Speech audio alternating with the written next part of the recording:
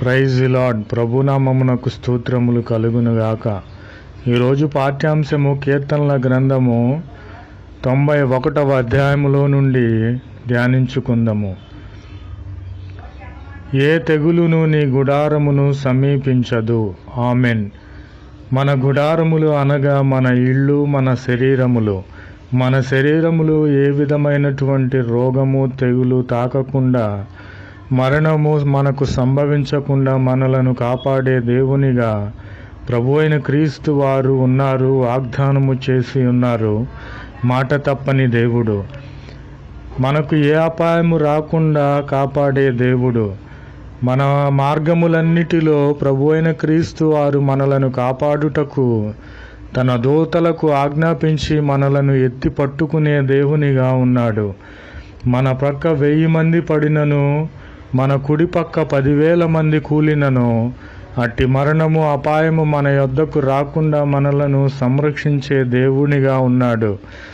నీవనుకొనిచున్నావేమో, నాకు ఎవ్వరూ లేరు, నాకు ఎవరు సహాయము చేయడం లేదు, నేనెందుకని బ్రతకాలి, నేనెందుకని లోకంలో ఉండాలని నీవు తలంచుకొని ఉన్నావేమో. నీవు ఒక్కసారి ప్రభు అయిన క్రీస్తు వారిని జ్ఞాపకం చేసుకో. ప్రభు అయిన క్రీస్తు వారే నిజమైన రక్షకుడు, లోకమును సృష్టించిన సృష్టికర్త, గొప్ప దేవుడు కనుక ఆయనే నీ హృదయ వాంఛలను తీర్చి, ప్రభు అయిన క్రీస్తు వారే అనాథలైన వారికి ఆదరణగా ఉండే దేవుడు. కాబట్టి మనకు ఏ అపాయము రాదు, మరణము రాదు. వాటన్నిటిని మన నుండి దూరపరిచి మనలను కాపాడి మనలను సంరక్షించే దేవునిగా ప్రభు అయిన క్రీస్తు వారు ఈ సమయంలో మనకు వాగ్దానము చేసి ఉన్నారు. ప్రభు నామమునకు స్తోత్రములు కలుగునుగాక. Amen, amen, amen. Praise the lord. ప్రభు నామమునకు స్తోత్రములు కలుగునుగాక. ఈరోజు 2వ పాఠముగా యోహాను రాసిన పత్రిక 14వ అధ్యాయంలో నుండి ధ్యానించుకుందాము. ప్రభువారు వాగ్దానము చేసి ఉన్నారు. మిమ్మును అనాథలనుగా విడువను, మీ యొద్దకు వత్తును. ఆమెన్. ప్రభు నామమునకు స్తోత్రములు కలుగునుగాక. నాకు ఎవరును లేరు, నాకు ఎవరు సహాయము చేయరు, నన్ను పలకరించువారు, నన్ను ఆదరించువారు, నాకు ఆ ధైర్యము చెప్పువారు ఎవరూ లేరని నీవనుకొనిచున్నావేమో. ప్రభు అయిన క్రీస్తు వారి యొద్దకు నీవు వచ్చిన ఎడల ఆయన అనాథలుగా మనలను విడిచిపెట్టే దేవుడు కాదు. ఆయనే మన యొద్దకు, నీ యొద్దకు వచ్చి నీ చింతలన్నిటినీ తీర్చి నిన్ను ఆదరించే దేవుడు, కనికరించే దేవుడు.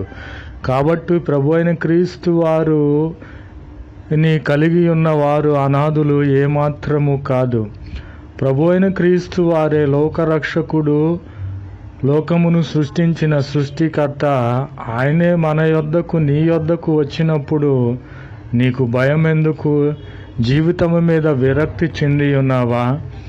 కాబట్టి ప్రభు అయిన క్రీస్తు వారిని ఒక్కసారి జ్ఞాపకము చేసుకొని, ప్రభువా నీవే నిజమైన దేవుడవని, నా యొద్దకు నీవు వచ్చే దేవునిగా ఉన్నావని నీవు మొరపెట్టిన ఎడల ఆయనే నీ యొద్దకు వచ్చి నీ హృదయ వాంఛలను తీర్చే దేవుడు. నిన్ను ఇసుక రేణువల వలె విస్తారముగా విస్తరింపచేసే దేవుడు, ఆశీర్వదించే దేవుడు. కాబట్టి ప్రభు అయిన క్రీస్తు వారిని కలిగి ఉన్నాము కనుక మనము అనాథలము కాదు. ఆయనే మన యొద్దకు వచ్చి మనలను ఆదరించే దేవుడు. ప్రభు నామమునకు స్తోత్రములు కలుగునుగాక. Amen, amen, amen. Praise the lord. ప్రభు నామమునకు స్తోత్రములు కలుగునుగాక. 3వ పాఠముగా యోహాను రాసిన పత్రిక 6వ అధ్యాయములో నుండి మనము ధ్యానించుకుందాము. ప్రభువైన క్రీస్తు వారు సెలవిచ్చుచున్నారు, నా శరీరము తిని నా రక్తము త్రాగువాడే నిత్య జీవము కలవాడు అని. కాబట్టి ఆయన శరీరము తినాలంటే మనము ఏమి చేయాలి? ఆయన రక్తం అంటే ఏమి? అవి మనము తిని తాగితేనే పరిశుద్ధత కలిగిన వారము, నిత్య జీవము కలిగిన వారము. మనము ఈ లోకములో నుండి విభాగింపబడి ఉన్నాము, ప్రత్యేకించబడి ఉన్నాము. మనము వ్యభిచరించుట లేదు, విగ్రహారాధన చేయుట లేదు, అలాగనే పాపము చేయుట లేదు, మద్యపానాసక్తి లేదు, ధనాపేక్ష లేదు, ఈర్ష్య, అసూయ, కక్షలు, క్రోధములు, నరహత్యలు లేవు. కనుక మనము క్రీస్తు తండ్రి, కుమార, పరిశుద్ధాత్మ నామములో బాప్టిజమము తీసుకొని వాటి అన్నిటినీ విడిచిపెట్టి ప్రభు యొక్క బల్లారాధనలో మనము పాలు పంపులు పొంది ఆయన రొట్టె అయిన శరీరమును, ద్రాక్ష రసము అయినటువంటి ఆయన రక్తమును మనము త్రాగుచున్నాము. కనుక మనము నిత్య జీవము కలిగిన వారము. నేనైతే ఎంతో సంతోషించుచున్నాను, ఎందుకంటే ప్రతి విషయములో కూడా ఆయనను మనము ధ్యానిస్తూ ఆయన పోలి నడుచుకొనుచు జీవవాక్యములను భుజించిన వారమై నిత్య జీవమునకు వారసులమై ఉన్నాము. కనుక ఆయన శరీరమును తిని ఆయన రక్తమును త్రాగిన వారము. కనుక మనము నిత్య జీవము కలిగిన వారము.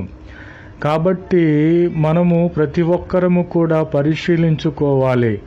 ఆయన శరీరమును యోగ్యముగా తింటున్నామా, ఆయన రక్తమును యోగ్యముగా తాగుచున్నామా అనే విషయమై మనము దినదినము కూడా పరీక్షించుకొనాలి.